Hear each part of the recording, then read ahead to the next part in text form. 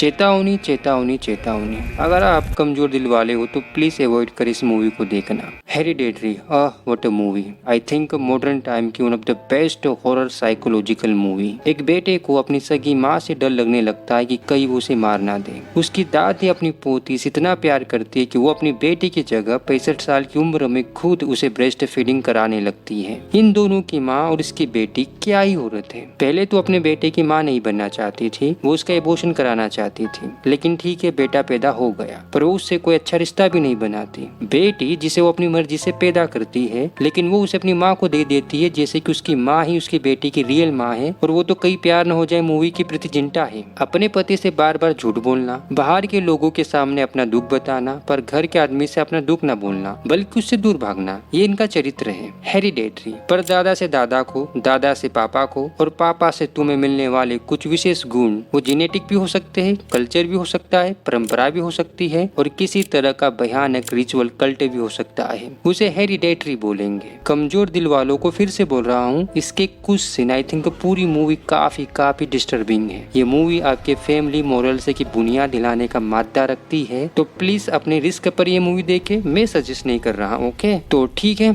A24 को horror का माई बाप बोलते हुए कहानी चालू करते हैं। कहानी शोक पत्र से चालू होती है। एलन लेक जो एनी ग्रैहम की मदर थी, उनका 78 साल की उम्र में बीमारी के चलते निधन हो गया। ये इस शोक पत्र का हिंदी अनुवाद है, चाहो तो पढ़ लेना। फिर कैमरा ट्री हाउस को दिखाकर दाई ओर जाता है, जहाँ में छोटे छोटे घर देखने को मिलते हैं। कैमरा उन्हीं घर में से एक घर के रूम की तरफ धीरे धीरे बढ़ता है और रूम में आकर रुक जाता है। तब स्टीव कोट लेकर अंदर आता है और पीटर को जगाता है। डॉग का नाम रेक्सी है। इतना डरावना इस मूवी को ओपनिंग सीन, हाँ मुझे पता है आपको नहीं लग रहा होगा। खैर स्टीव पीटर से पूछता है, क्या तुम्हारी बहन चार्ली कल रात तुम्हारे बगल वाले कमरे में सोई थी? पीटर, मुझे नहीं पता। ये सुनकर स्टीव ट्री हाउस की तरफ आता है। एनी गाड़ी में इंतजार कर रही है, आज उसकी मोम एलन का फ्यूनरल है। ओके, स्टीव ट्री हाउस में आता है, चार्ली को जगाता है। नाउ टेल मी, चार्ली को देखकर आपको क्या फीलिंग आई? एलन, दादी भगवान आपकी आत्मा को शांति दे। एनी अपनी मोम के लिए अंतिम विदाई पत्र पढ़ रही है, जिसमें वो बता रही है कि उसकी मोम कैसी थी। बड़ी एकांतवादी रहस्यवादी चालाकी से भरी औरत थी। लेकिन मैं यहाँ पर आपका कुछ वियर्ड चीजों पर ध्यान केंद्रित करना चाहूंगा दोस्तों। एनी के गले में जो लॉकेट है, वही सेम लॉकेट एलन के गले में है। चार्ली इस आदमी को ऐसे क्यों देखती है? ऐसा लगता है कि इन दोनों में किसी चीज को लेकर डील हुई है। चार्ली फ्यूनरल में अपनी मोम की ड्राइंग बना रही है और वो हमेशा अपनी टंग को क्लिक करके ऐसी आवाजें निकालती रहती है। ये औरत जिसका चेहरा हमें नहीं दिखाया जाता है, वो एलन के होठों पर कुछ लगाती है, उसके होठों से कुछ चुराती है। चार्ली, ये मेरी दादी के साथ क्या कर रही है? ये सोचकर चार्ली चॉकलेट खाती है। तब स्टीव उससे पूछता है, बच्चा इसमें नट्स तो नहीं है ना? चार्ली, नहीं पापा, चार्ली को नट्स से एलर्जी है। फ्यूनरल खत्म करके ये लोग घर आते हैं, पंगत नहीं देते यार, छोड़ो। स्टीव सभी से जूते उतारने को बोलता है और सभी उतारते हैं। खैर एनी अपनी लघु चित्रकारी कर रही है, जिसमें उसने अपनी मोम के हॉस्पिटल रूम का चित्रण किया है या उसका छोटा रूप बनाया है। ये डॉक्टर है। पीटर का रूम देखो, पियानो है, पीटर गिटार बजा रहा है। बट चार्ली का रूम और उसके टॉयज बड़े ही विचित्र हैं। देखो हर एक टॉयज अलग अलग चीजों से बना है। स्ट्रेंज। एनी भी यही है। इन दोनों के बीच में बातचीत होती है, जिससे हमें कुछ महत्वपूर्ण चीजों का पता चलता है। एक, एलन चाहती थी कि चार्ली लड़का हो, पर इसके बावजूद भी एलन उससे बहुत ज्यादा प्यार करती है। तो चार्ली जब से पैदा हुई है, वो अभी 13 साल की है, पर वो एक बार भी बच्चों की तरह नहीं रोई। स्ट्रेंज। 3, उसे इस बात की चिंता है कि अब उसके दादी के जाने के बाद उसका ख्याल कौन रखेगा।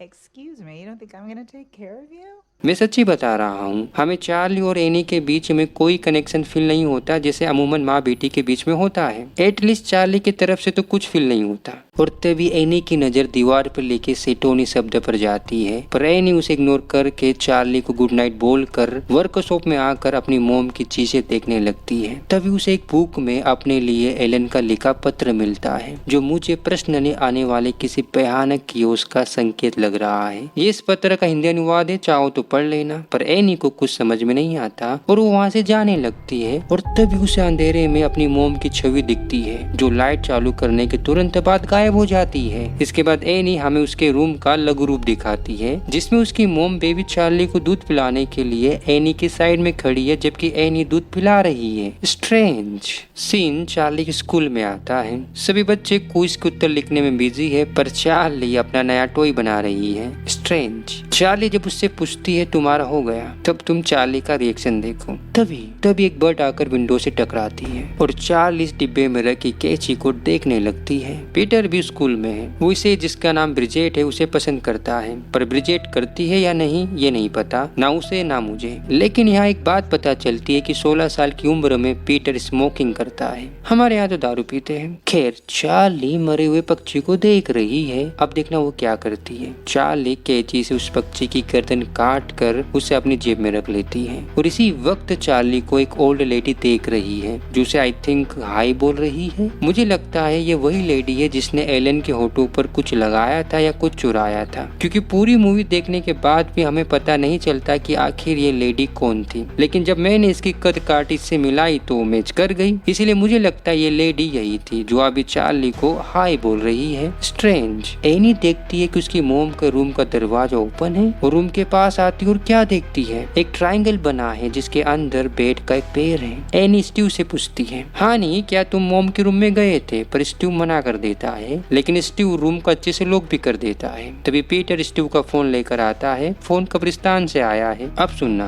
स्टीव को कब्रिस्तान वाले बताते कि एलन की कब्र के साथ कुछ छेड़छाड़ की गई है, पर यह बात स्टीव एनी को नहीं बताता ताकि वो चिंतित ना हो। जबकि एनी उससे बोलती है हनी मैं मूवी देखने जा रही हूँ। वो स्टीव से ये नहीं पूछती कि तुम मेरे साथ चलोगे, लेकिन वो ये बताती है कि मैं मूवी देखने जा रही हूँ। जबकि एनी मूवी देखने के बहाने यहाँ आती है। यह एक तरह का सहायता ग्रुप है जहाँ लोग आकर अपने दुख दूसरों को सुनाते हैं ताकि उनका मन हल्का हो सके। वेट, हम रिश्ते क्यों बनाते हैं? सुख दुख में एक दूसरे को सपोर्ट करने के लिए, राइट? पर एनी अपने हस्बैंड को छोड़कर इन पराये लोगों के साथ अपना दुख साझा कर रही है, जबकि उसका पति साइकियाट्रिस्ट है। स्ट्रेंज छोड़ो, एनी यहाँ पर अपनी मोम के बारे में बहुत कुछ बताती है, जैसे कि एलन DID से पीड़ित थी, मतलब अपरिचित मूवी की बीमारी जो लास्ट में अपने चरम पर पहुंच गई थी। उन्हें डिमेंशिया भी था।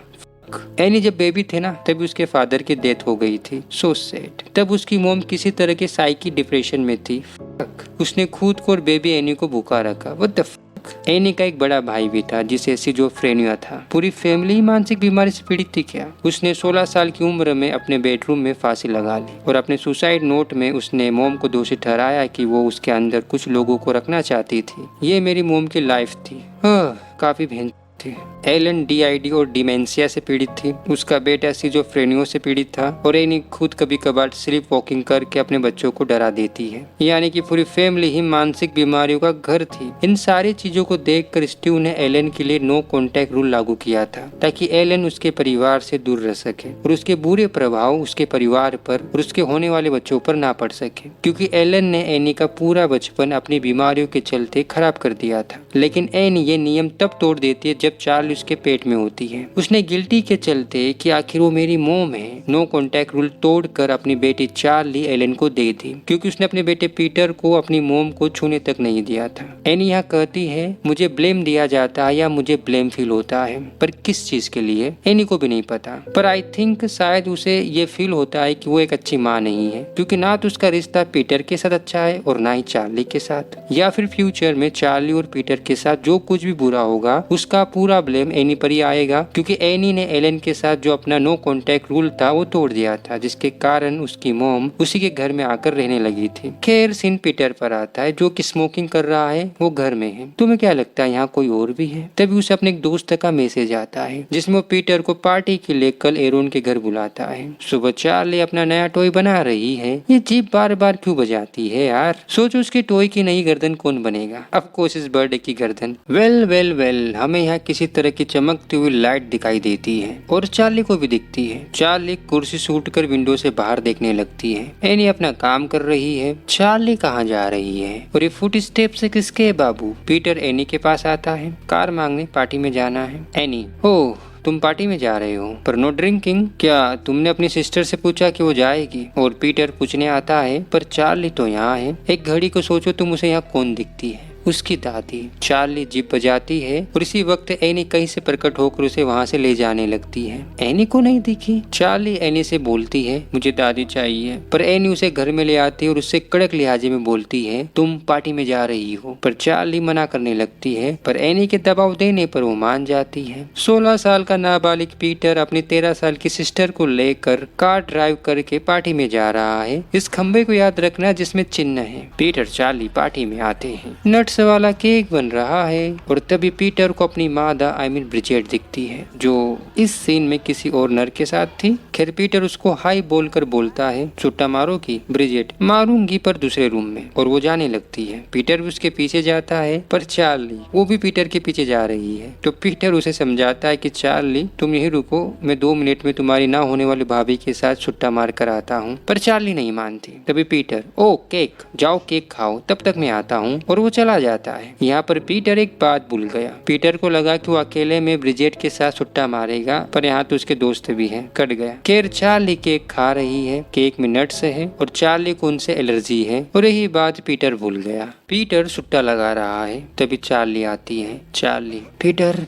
मैं सांस नहीं ले पा रही, लगता है मेरा गला बड़ा हो रहा है। ये सुनकर पीटर उसे तुरंत घर ले जाने लगता है। पीटर कार फुल स्पीड में भगा रहा है। चार्ली सांस नहीं ले पा रही। पीटर से एक और गलती हो गई, उसे चार्ली को अपने साथ आगे वाली सीट में बिठाना था। कार की स्पीड देखो तुम। चार्ली सांस लेने के लिए कार की विंडो खोल के अपना सिर बाहर कर लेती है, और तभी अचानक से मरी हुई हिरन रोड पर आ जाती है। चार्ली कार को उससे बचाने लगता है। कार डिसबैलेंस होने लगती है और इसी वक्त चार्ली की गर्दन खंबे से टकराती है। पीटर कार को रोकता है और सब कुछ शांत हो जाता है। पीटर की हिम्मत नहीं हो रही पीछे देखने की। जब ये सीन आप मूवी में देखते हो, रोंगटे खड़े होने के साथ आपके शरीर में कपकपी आ जाती है। 16 साल का पीटर क्या करता है, वो कार स्टार्ट करके घर आता है और फिर अपने रूम में आता है और सो जाता है। उसमें जरा से भी हिम्मत नहीं है कि वो चार्ली के बारे में अपने माँ बाप को बता सके। सुबह होती है, पीटर जाग रहा है। वो सुनता है कि उसकी मोम कार से कहीं जाने वाली है। उसकी मोम जैसे ही कार का डोर ओपन करती है, एनी जोर जोर से चिल्लाने लगती है, रोने लगती है। उससे सदमा बर्दाश्त नहीं हो रहा। पीटर ये सब सुन रहा है, देख रहा है। आखिर चार्ली के साथ हुआ क्या? चार्ली की गर्दन खंबे से टकराने के कारण उसके शरीर से अलग होकर खंबे के पास ही गिर गई और उसका धड़ पीटर घर ले आया। सोचो जब एनी ने चार्ली का धड़ देखा होगा तो उस पर क्या बीती होगी। इस घटना के बाद पूरी ग्रैहम फैमिली बिखर जाती है। पीटर और एनी के बीच में बिल्कुल बातचीत बंद हो जाती है और इन दोनों के बीच में स्टीव फंस गया। एनी की बेडरूम की दीवार पर कुछ लिखा है, ZAZAS झादसा। एनी चार्ली के ट्री हाउस में आकर सो जाती है। बिखर सी गई इनकी फैमिली। यार पीटर तुझे नहीं लगता अब स्मोकिंग तुम्हें छोड़ देनी चाहिए? इसके चक्कर में तेरी सिस्टर चली गई। पीटर घर आता है। वो लिटरली घर में जाने से डरता है क्योंकि कहीं उसका सामना एनी से न हो जाए। खैर वो अंदर जाता है। तब एनी भी कहीं जाती है। एनी वही सहायता ग्रुप के पास आई है, लेकिन इस बार वो उस ग्रुप में नहीं जाना चाहती। सो वो वापस घर आने लगती है और तभी उसकी मुलाकात जोनी से होती है। ये तो यहाँ भी थी ना जब एनी सहायता ग्रुप में अपनी मोम का दुख सुनाने आई थी। वो एनी को अंदर आने के लिए बोलती है, पर एनी मना कर देती है ना। बातों बातों में एनी यहाँ क्या बोलती है पता है? मेरी बेटी की हत्या कर दी। And look at the reaction. क्या वो अपने बेटे को हत्यारा समझ रही है? और तभी मौके का फायदा उठाकर जोनी अपनी कहानी सुनाती है। 4 महीने पहले मेरा बेटा, पोता और 7 साल की छोटी सी पोती, ये तीनों पानी में डूबकर मर गए। दुनिया में कितना गम है। खैर जोनी एनी को अपना पता देती है ताकि उसे कभी भी अपना दुख बताना हो तो एनी के घर आ सकती है। मुझे ना एक बात समझ में नहीं आती। एनी अजनबियों से अपना दुख साझा कर लेती है, लेकिन जब बात स्टीव की आती है वो उससे कुछ भी बात नहीं करती। क्या उसे ये लगता है कि स्टीव उसे समझ नहीं पाएगा? स्टीव को देखकर लगता है कि वो एनी से बात करना चाहता है, लेकिन एनी को देखकर लगता है कि वो अपने दुखों के बारे में स्टीव को कुछ नहीं बताना चाहते। मैं भी इसीलिए क्योंकि स्टीव ज्यादा तार्किक इंसान है, वो तर्कों से बात करता है, और जबकि एनी बहुत ज्यादा भावुक है। खैर सुबह होती है। आप विश्वास नहीं करोगे पर एनी जोनी से मिलने जा रही है। एनी की क्या थिंकिंग है? क्योंकि जोनी ने एनी को अपना दुख बताया तो एनी भी अपना दुख जोनी को बता सकती है, ये थिंकिंग है। एनी जोनी के घर आती है। एनी उसकी चटाई यानी कि मेड देखती है। उसकी मोम भी ऐसी कढ़ाई करती थी, ऐसा एनी बोलती है। ये सुनकर जोनी हंस देती है। खैर एनी अपनी दुख भरी कहानी सुनाती है कि उसने किस हालत में अपनी बेटी को देखा था। वो यहाँ पर अपने और पीटर के रिश्ते के बारे में भी बात करती है। हाँ, एक अजनबी के सामने घर के सारे राज खोल दे। वो यहाँ पर बोलती है, एक दिन नींद में एनी ने थिक पेंटर का पूरा डब्बा अपने ऊपर और पीटर के ऊपर डालकर उसे माचिस से जलाने की कोशिश कोशिश की,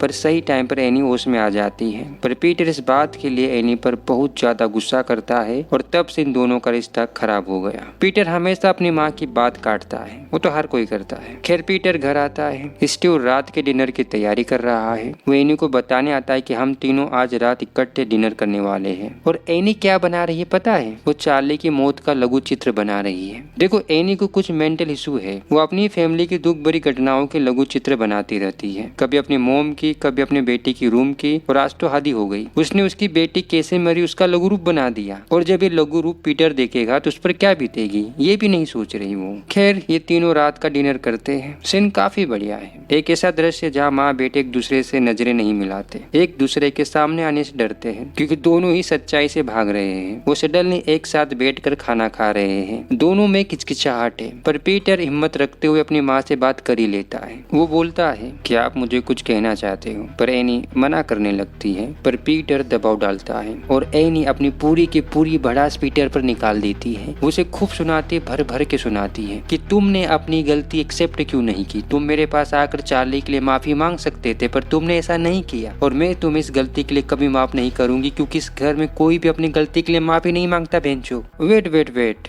स्टीव, क्या तुमने भी कुछ गलत किया है? एलन के लिए नो कॉन्टैक्ट रूल स्टीव ही लेकर आया था, जिसके कारण एनी को अपनी मोम से कई सालों तक दूर रहना पड़ा। और स्टीव ने इस बात के लिए एनी से माफी तक नहीं मांगी। और हाँ, उसकी मोम एलन ने भी एनी से माफी नहीं मांगी जो उसने एनी के साथ बचपन में किया था उस चीज के लिए। एक्चुअली एलन कभी भी खुद को गलत समझती ही नहीं थी। एलन भी लाइक मैं कभी गलत नहीं हो सकती। इतने रेफरेंस दिए एनी ने इस छोटे वाक्य के द्वारा। एनी एकदम शांत होकर बैठ जाती है। लगा कि मैं डिबेट जीत गई। तभी पीटर थोड़ा पोज लेकर बोलता है, मॉम आपका क्या? चार्ली मेरे साथ पार्टी में नहीं जाना चाहती थी, आप ही ने उसे भेजा। दोनों एक दूसरे पर आरोप लगा रहे कि तेरी वजह से मरी, तेरी वजह से मरी। खैर स्थिति और खराब ना हो इसीलिए स्टीव उन दोनों को चुप रहने को बोलता है और एनी वहाँ से उठकर चली जाती है। व्यूअर तुम ही बताओ चार्ली के लिए कौन जिम्मेदार है? Option A Annie, option B Peter, option C दोनों, और ऑप्शन डी इन दोनों में से कोई भी नहीं। खैर दूसरे दिन एनी कुछ शॉपिंग करके दुकान से बाहर आती है और यहीं पर उसकी एक बार फिर से मुलाकात जोनी से होती है। मुझे ना जोनी की हर एक मुलाकात पहले से ही प्लांटेड लगती है, पता नहीं क्यों। जो कि आप काफी ज्यादा खुश है और वो अपनी खुशी का कारण एनी को बताती कि मैंने अपने मरे हुए ग्रैंडसन से बात की। आपको एनी को भी से भरोसा नहीं होता, लेकिन जोनी उसे विश्वास दिलाने के लिए अपने घर ले आती है। जोनी भी लाइक तेरे को विश्वास तो करना ही पड़ेगा। वो एक मोमबत्ती जलाती है, फिर अपना हाथ और एनी का हाथ उल्टे कांच के गिलास पर रखती है। इसके बाद जोनी अपने पोते लुई को आवाज लगाती है। वो कहती है अगर तुम यहाँ हो तो इस गिलास को सरकाओ। और गेस वोट, ग्लास हिलती है। एनी डरती है। एनी टेबल के नीचे देखती है पर वहाँ तो कुछ भी नहीं है। जोनी चौकबोर्ड निकाल कर उस पर कुछ लिखने को बोलती है और लुई लिखने लगता है।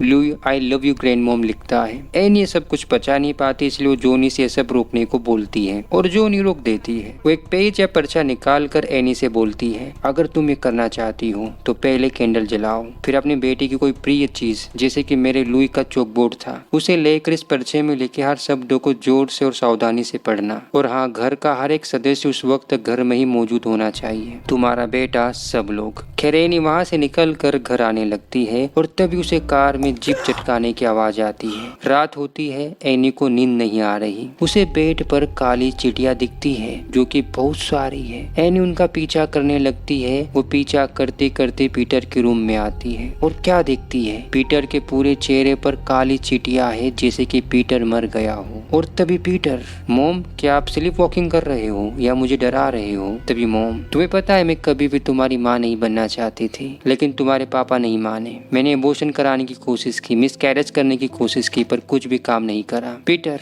आपने मुझे मारने की कोशिश क्यों की? एनी, क्योंकि मैं तैयार नहीं थी, मैं माँ नहीं बनना चाहती थी। आप तुम सोचो पीटर को क्या फील हो रहा होगा। वो रो रहा है कि मेरी मॉम मुझे मारना चाहती थी पर एनी बोल रही है नहीं नहीं ऐसा नहीं है, मैं तुमसे प्यार करती हूँ, मैं तो तुम्हें बचाने की कोशिश कर रही थी। एंड देन आग लग जाती है। है। सपना था पर रियल था। ये लास्ट ट्रिगर मोमेंट था एनी के लिए, ताकि उसके अंदर की तार्किक या रेशनल मोम के ऊपर अतार्किक या अनरेशनल मोम हावी हो सके। इस मोमेंट के बाद वो मातृत्व प्रेम में अंधी हो जाती है और वो सीधे पीटर के पास आती है और उससे हर चीज के लिए माफी मांगती है। नाउ वो अब ट्राई करने वाली है चार्ली को बुलाने की। पहले उसने अकेले में प्रैक्टिस की और चार्ली आती है। अब वो अपनी फैमिली के साथ इस चीज को दोबारा ट्राई करने वाली है। अब कोर्स स्टीव तैयार नहीं होता because I am a psychiatrist, पर पीटर के कहने पर और एनी के बार बार रिक्वेस्ट करने पर वो तैयार हो जाता है और एनी चार्ली को बुलाती है। वेट, कैंडल तो जल नहीं रही। पर इसके अगले सीन में जब चार्ली आकर ग्लास को खींचती है, कैंडल जलने लगती है। क्या ये मिस्टेक थी? खैर, चार्ली आ चुकी है। अब एनी चार्ली को अपनी ड्राइंग बुक में कुछ बनाने को बोलती है, लेकिन स्टीव पीटर को डरता हुआ देखकर बीच में ही डायरी उठा लेता है। तभी एनी उन्हें दिखाती है कि चार्ली ने ये ड्राइंग बनाई थी जब मैंने उसे अकेले में बुलाया था। चीजें बिगड़ने लगती है, क्यूस बढ़ने लगता है, पीटर डरने लगता है, एनी उसे समझाने लगती है और तभी एक विंडो मन से ही खुलती है। कैंडल की धीमी लो एक भयानक ज्वाला का रूप ले लेती है और तभी एनी को कुछ होता है जैसे कि उसके अंदर कोई घुस गया। एनी बच्चों की तरह बात करने लगती है और अपनी मोम को बुलाने लगती है। पीटर अलग डरा हुआ है। एनी जोर जोर से अपनी मोम को आवाज लगा रही है जैसे कि एकदम पैनिक मच गया हो, लेकिन तभी स्टीव लाइट चालू करके एनी के मुंह पर पानी मारता है और एनी होश में आ जाती है।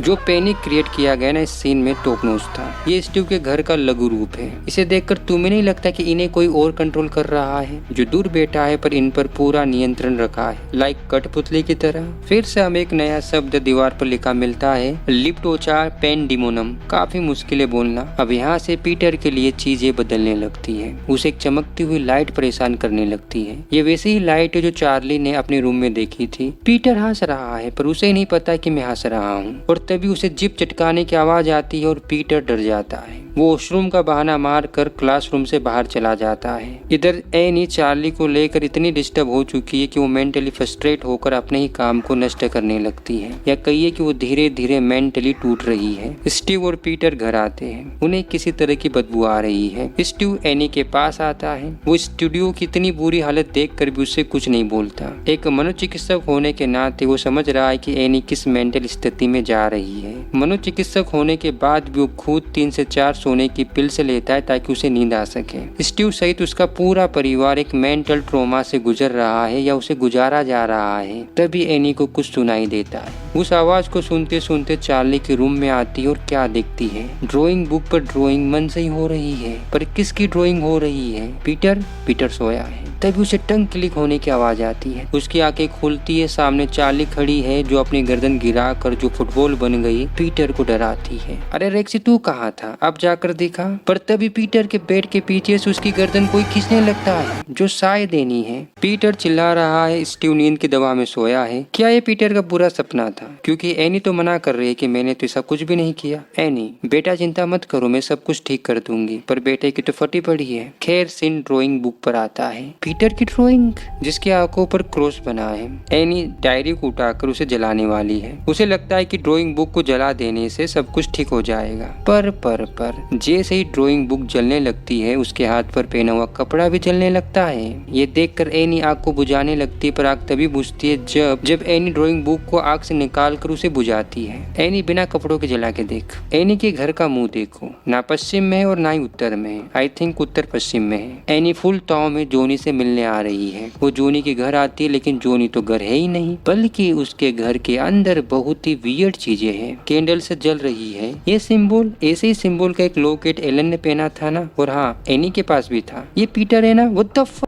जोनी ने पीटर के ऊपर काला जादू किया है और ये सारे टॉयज तो चार्ली के हैं। ये टॉय वो स्कूल में बना रही थी। ये वाला लाइट दिखने से पहले वो बना रही थी। चार्ली ने सब किया, पता नहीं। एनी जोनी के मेट को दोबारा देखती है और तभी उसे कुछ याद आता है। पीटर डरा समा बैठा है। तभी उसे कुछ आवाजें आती है जो उसका नाम पुकार रही है। जोनी, वो पीटर से बोलती है, पीटर एक्सपेल यू, चैंटनी, टैगोनी, पैरागोन, पीटर गेट आउट। एनी घर आती है और फिर से वो दोबारा अपनी मोम की चीजों को देखने लगती है। यहाँ पर कुछ रहस्य सुलझते हैं। एनी का मेट चार्ल्स है, यानी कि उसका भाई, उसका भी मेट है, पर उसके मेट पर भी वही सिंबल है। तभी एनी को उसी सिंबल की एक बुक मिलती है जो आई थिंक संस्कृत में है या देवनागरी लिपि में है। ऑफ कोर्स एनी को कुछ समझ में नहीं आता। तभी उसे एक और बुक इनोवेकेशन नाम की मिलती है जिसमें किंग पेमन यानी कि गॉड ऑफ मिसचेफ का जिक्र है। एलन किंग पेमन की पूजा करती थी और वो किंग पेमन को एक मानव शरीर में लाना चाहती थी और वो शरीर एक मेल का होना चाहिए। लेकिन तभी एनी को अपनी मोम का एल्बम मिलता है जिसमें हमें और एनी को पता चलता है कि एलन का एक कल्ट है और वो उस कल्ट की क्वीन थी। और यहाँ ये भी पता चलता है कि जोनी एलन की साथी है या दोस्त है, वो भी उसके कल्ट से जुड़ी हुई है। एलन का कल्ट किंग पेमन की पूजा करता है। ये सारी चीजें देखकर एनी समझ जाती है कि उसका बेटा पीटर खतरे में है। स्टीव एलन के ग्रेवयार्ड की फोटोज देख रहा है जो कि कब्रिस्तान वालों ने भेजी है। एलन का ताबूत चोरी हो चुका है। जी हाँ, इस सीन में स्टीव और पीटर को किसी चीज की बदबू आ रही थी ना, और वो बदबू यहाँ से आ रही थी। एनी चेक करने ऊपर जाती है और उसे यहाँ जो मिलता है आप कल्पना भी नहीं कर सकते। एलन की बॉडी जिसकी गर्दन कटी हुई है। मुझे ये जानना है कि यहाँ कैंडल किसने लगाई। फिर से वही सिंबल, यहाँ तक कि एलन के मैक्सी पर भी वही सिंबल है। एक इंटरेस्टिंग बात बताऊं, चार्ली ने यहाँ पर इसी मैक्सी में एलन को देखा था, तब उसकी गर्दन थी और उससे एक रात पहले यानी कि फ्यूनरल की रात में चार्ली ने इसी मैक्सी के साथ एलन की ड्राइंग बनाई थी। पर तब तक एलन का ताबूत दफन हो चुका था और यहाँ फ्यूनरल में एलन ये वाले कपड़े पहनी थी। तो चार्ली ने ड्राइंग कैसे बनाई? क्योंकि वो जो देखती थी वो वही बनाती थी। इस सीन से पहले वो ये वाली ड्राइंग बना चुकी थी। खैर पीटर क्लासरूम में है और तभी फिर से उसे जिप चटकाने की आवाज आती है एंड तभी मानो उसे किसी ने पोजेस कर लिया हो और वो भी जिप चटकाने लगता है। वो अपना चेहरा टेबल पर जोर से पटकता है जिससे वो होश में आ जाता है और जिस तरीके से वो चिल्लाता है बाय गॉड फील होता है कि भाई को दर्द और डर दोनों एक साथ फील हो रहे हैं। इस चूहे को देखो वीडियो बना रहा है। स्टीव को चार्ली के स्कूल से फोन आता है। इधर एनी स्टीव का इंतजार कर रही है। स्टीव पीटर को लेकर घर आ रहा है और पहली बार स्टीव रोता है। फील हो जाता है कि वो भी कितने पेन में है। मजबूत से मजबूत मर्द भी रोता है। खैर वो पीटर को लेकर घर आता है। एनी तो उसी का इंतजार कर रही थी।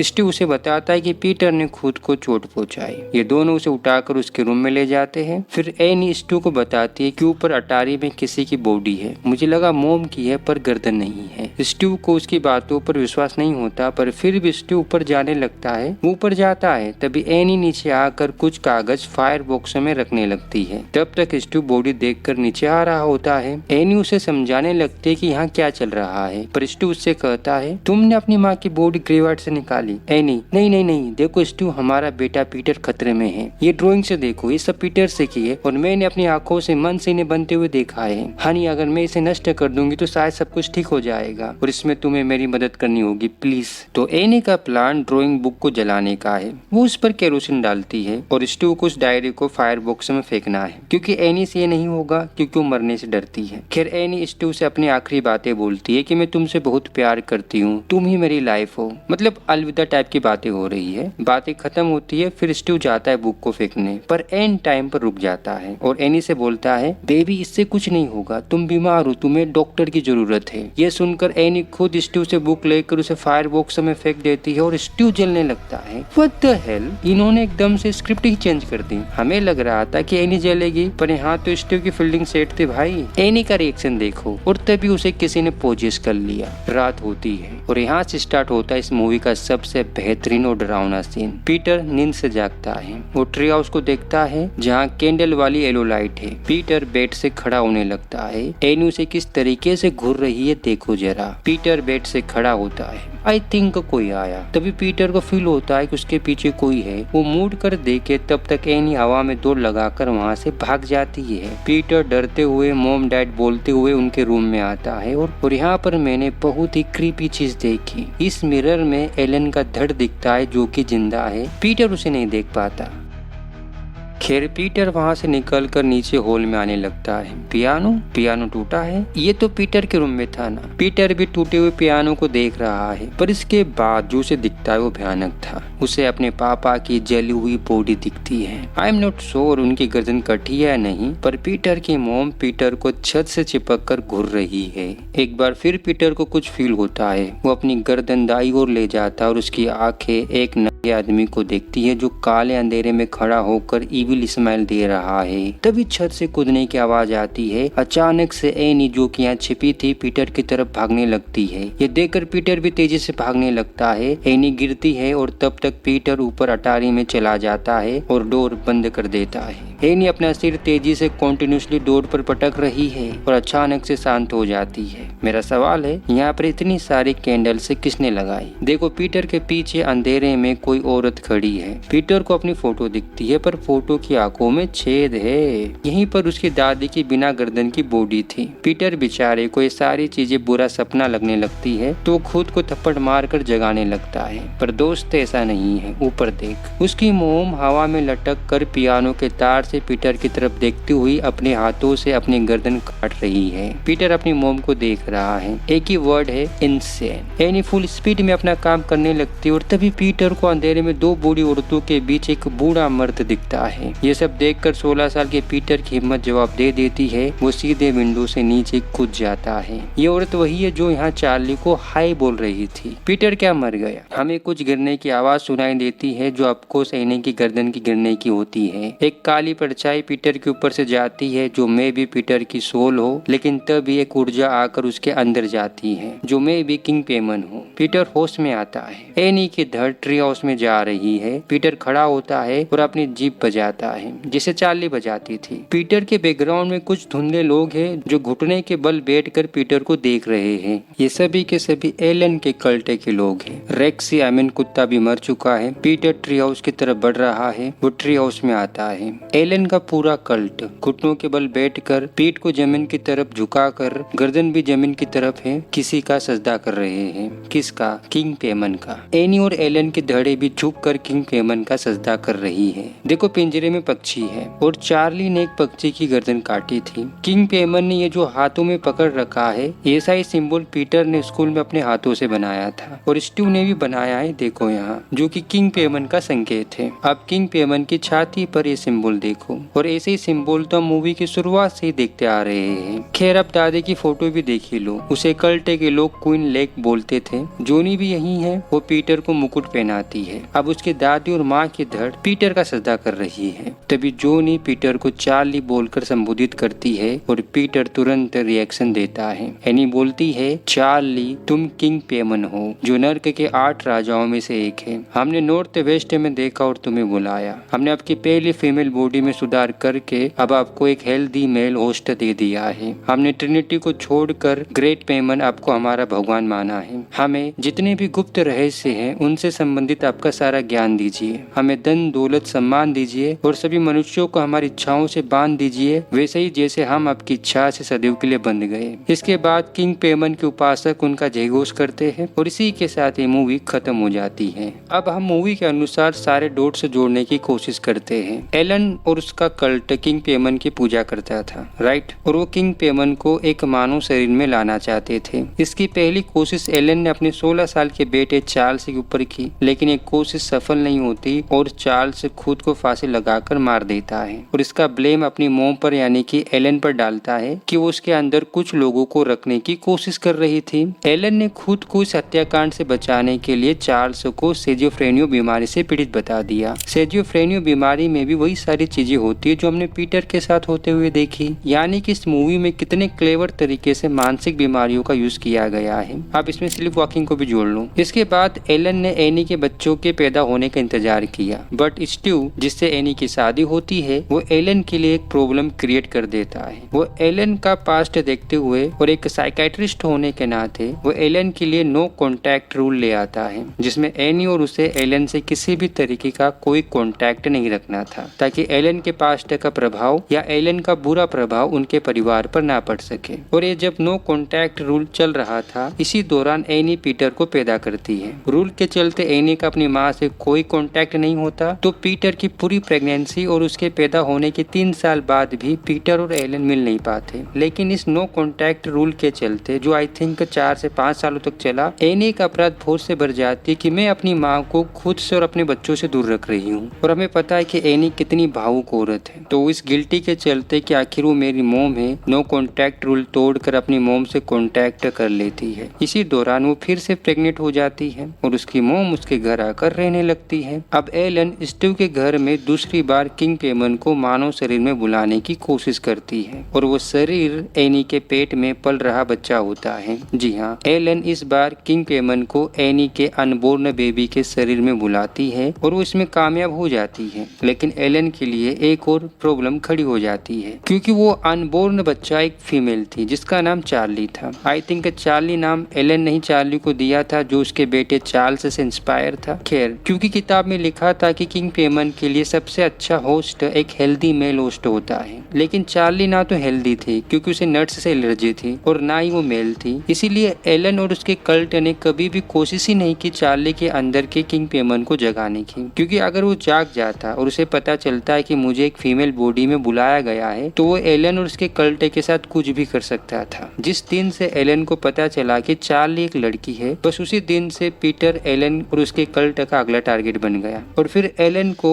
एक लंबा इंतजार करना पड़ा 13 सालों का, और तब तक पीटर 16 साल का हो गया। लेकिन इन 13 सालों में उसने चार्ली के साथ यानी कि अपने भगवान के साथ एक अच्छा खासा प्यारा सा उसकी नजरों में टाइम स्पेंड किया, क्योंकि चार्ली किंग पेमन ही तो थी। बस ये बात चार्ली को नहीं पता थी। कल की मूवी में प्रभास का कैरेक्टर कर्ण है, लेकिन ये बात कल्कि के प्रभास को नहीं पता। चार्ली भी वैसे ही थी, इसीलिए चार्ली और उसकी हरकतें इतनी वियर्ड लगती है, क्योंकि उसके शरीर के अंदर किंग पेमन का वास था। इसीलिए वो ना कभी बच्चों की तरह रोई, ना कभी बच्चों के खिलौनों से खेली, वो अपने खिलौने खुद बनाती थी। किंग पेमन 13 सालों तक एक बच्चे के शरीर में जन्म से लेकर मृत्यु तक रहा, तो उसे भी लगने लगा कि मैं भी एक बच्चा ही हूँ और वैसी ही हरकतें करता था, पर अलग तरीके से। इसीलिए वो कभी पक्षी की गर्दन काट लेता, सिचुएशन कैसी भी हो बार बार जीप चटकाना, बड़ी विचित्र ड्राइंग बनाना। बेसिकली सारी चीजें बता रही थी कि चार्ली एक स्पेशल लड़की है या उसमें कुछ स्पेशल है। वो बार बार जीप को बजाती थी या फिर हमें उसकी बार बार आवाज सुनाई देती है। क्यों? क्योंकि पेमन शब्द हिब्रू वर्ड पोम से आया है, जिसकी मीनिंग होती है टिकलिंग साउंड या स्मॉल बेल, यानी कि ये चीज भी किंग पेमन का एक और संकेत थी। इसके अलावा किंग पेमन का और म्यूजिक का आपस में घनिष्ठ संबंध है, इसीलिए हमें पीटर को गिटार बजाते हुए और उसके रूम में पियानो दिखाया गया है, क्योंकि अल्टीमेटली पीटर ही तो किंग पेमन बनता है। लेकिन पीटर किंग पेमन बने उससे पहले ही एलन मर जाती है। हमें एलन के मरने के बाद उसकी अंतिम संस्कार की रात में चार्ली की रूम के दीवार पर सेटोनी शब्द लिखा दिखता है। सेटोनी शब्द ऐसे मंत्रों से जुड़ा हुआ है जिनका उपयोग अमूमन मरे हुए को वापस बुलाने में होता है। अब जरा सुनना, एलन के कल्ट ने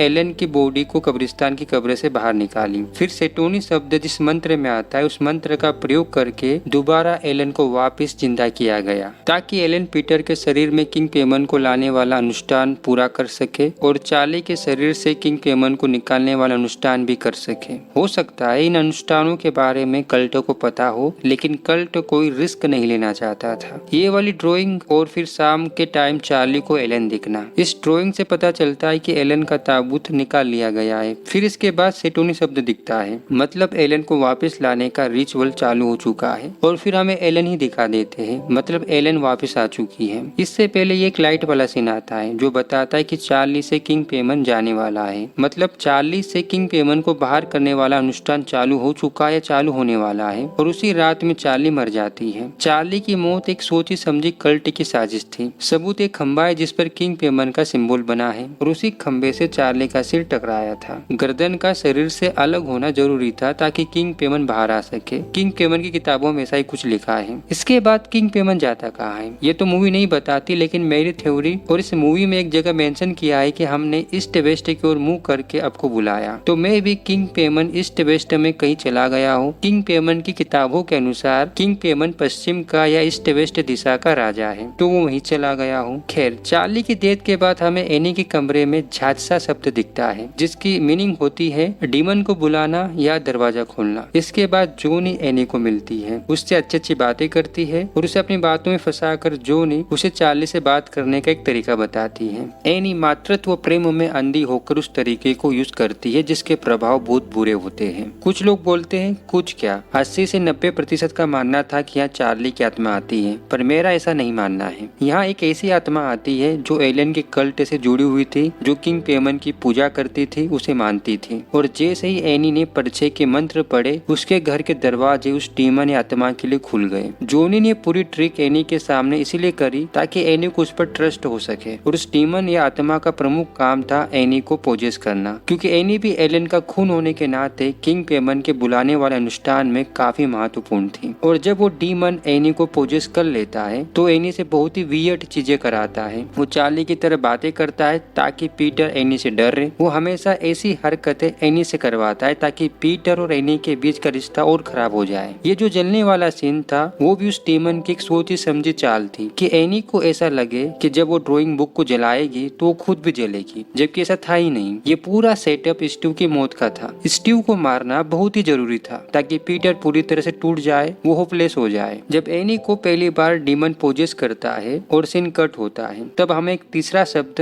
लिप्टोजा पेंडिमोनम देखने को मिलता है, जिसका अर्थ होता है कियोस मचाना या नर्क का द्वार खोलना। इसी शब्द के बाद पीटर को लाइटें दिखना चालू होती है और इसी टाइम पीरियड में वो डीमन एनी को पोजेस कर चुका था। खेरेसिन बताता है कि पीटर में किंग पेमन आने वाला है, नर्क का देवता आ रहा है, तो उसके लिए पीटर में द्वार खोलना होगा। और द्वार कब खुलेगा? जब भयानक कियोस मचेगा। पर कहाँ? पीटर के दिमाग में। जोनी के घर का ये वाला सीन याद है जहाँ पीटर की फोटो और चार्ली के टॉयज रखे थे। ये जोनी द्वारा पीटर पर किया गया एक मैजिक था ताकि पीटर को बार बार फील हो सके कि उसकी वजह से चार्ली की मौत हुई। वो चार्ली का अपराधी है, इसीलिए उसे बार बार अपने आसपास चार्ली के होने का एहसास होता है। फिर डीमन एनी को अपने कब्जे में लेकर एनी से ऐसी हरकतें करवाता है ताकि पीटर को एनी से डर लगने लगे, उसके अंदर डर का संचार हो। पीटर को ना धीरे धीरे मेंटली तोड़ा जा रहा था, जिसकी शुरुआत चार्ली की मौत से होती है। ये स्कूल वाला सीन याद है जहाँ जोनी पीटर पर चिल्लाकर बोलती है, पीटर आई एक्सपेल यू। फिर वो 3 शब्द बोलती है। इन सभी का एक ही मीनिंग था, पीटर मैं तुमसे, पीटर यानी कि तुम्हारी आत्मा को बाहर निकालती हूँ या बाहर निकालूंगी, तभी तो किंग पेमन अंदर आएगा।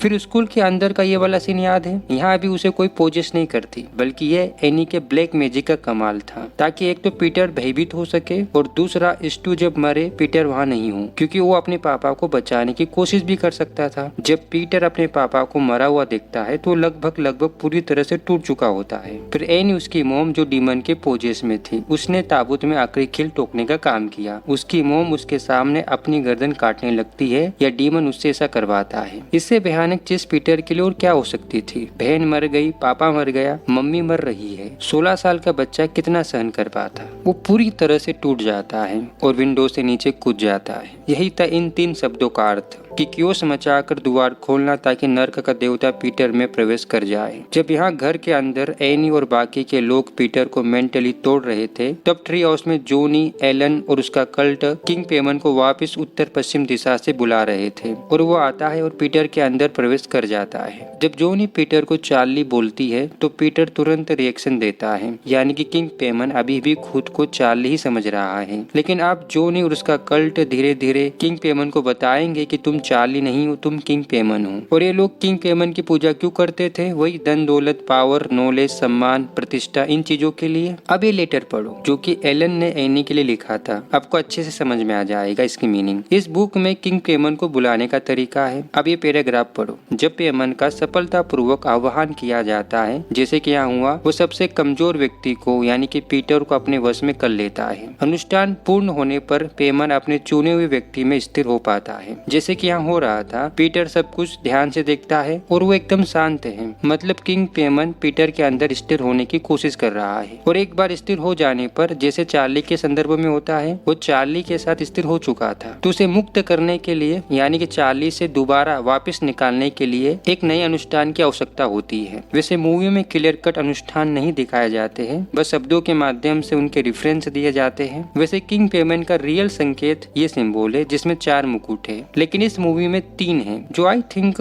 एलन, चार्ली और एनी के बलिदानों को दर्शाता है। देखो, किंग पेमन के नीचे 3 गर्दनें हैं। एलन, चार्ली और एनी, ये तीनों किंग पेमन के लिए अपनी गर्दनें गवाते हैं। मूवी में ये सिंबल किंग पेमन के साथ दादी, पोती और माँ, इन तीनों के बलिदानों का प्रतीक भी है। स्टीव का क्या था? स्टीव जैसे बंदे को किंग पेमन कभी भी अपना होस्ट नहीं बना सकता था, क्योंकि स्टीव मेंटली काफी मजबूत था। इतना मजबूत था कि एलन के कल्टों को उसे मारना ही पड़ा, नहीं तो वो पीटर को बचा लेता, क्योंकि पीटर को अपने पापा के होने से मेंटली पावर मिलती। आपको पता है, इस पूरी मूवी में चार्ली एनी को एक बार भी माँ नहीं बोलती। हाँ, इस वाले सीन को छोड़कर, पर मैंने कहा ना, वो डीमन था, चार्ली नहीं। एनी की स्लिप वॉकिंग पीटर और एनी के बीच की दूरियों का एक कारण थी। एलन का कल्ट कभी नहीं चाहता था कि एनी और पीटर का रिश्ता मजबूत बने, तो शायद कल्ट ने एनी की स्लिप वॉकिंग का फायदा उठाया और उससे स्लिप वॉकिंग में ऐसे ऐसे काम कराए कि पीटर और एनी का रिश्ता मजबूत न बन सके। एनी को जो पीटर वाला सपना आया था, जिसमें वो पीटर को बताती है कि मैं तुम्हारी माँ नहीं बनना चाहती थी और उसे बहुत दुख होता है ये बताकर, ये सारी चीज भी कल्ट की प्लानिंग थी ताकि उसके अंदर का अंधा मातृत्व जागे और वो चार्ली को बुलाने की कोशिश करे। ओपनिंग वाला सीन यही बताता है कि ग्रैहम फैमिली के ऊपर किसी और का कंट्रोल कंट्रोल है, ये फील होता है। एलन और उसके कल्ट के पास कुछ पावर तो थी जिसका वो यूज करके ग्रेम फैमिली को इनडायरेक्टली कंट्रोल करते थे। चार्ली के टॉयज यहाँ कैसे आए, ये बंदा कौन था, एलन कब यहाँ आई, ये सब कौन थे और यहाँ पर कैसे आए, इनका जवाब मूवी नहीं देती। शायद कल्ट ने अपनी पावर से सारी चीजें की हो, शायद एनी नो कॉन्टैक्ट रूल नहीं तोड़ती, मैं भी उसकी फैमिली बच जाती, ये इतना बुरा हाल नहीं होता। खैर, ये वीडियो आपको कैसी लगी प्लीज कमेंट करें, चैनल को सब्सक्राइब करें। मिलते हैं नेक्स्ट वीडियो में, अभी के लिए बाय बाय।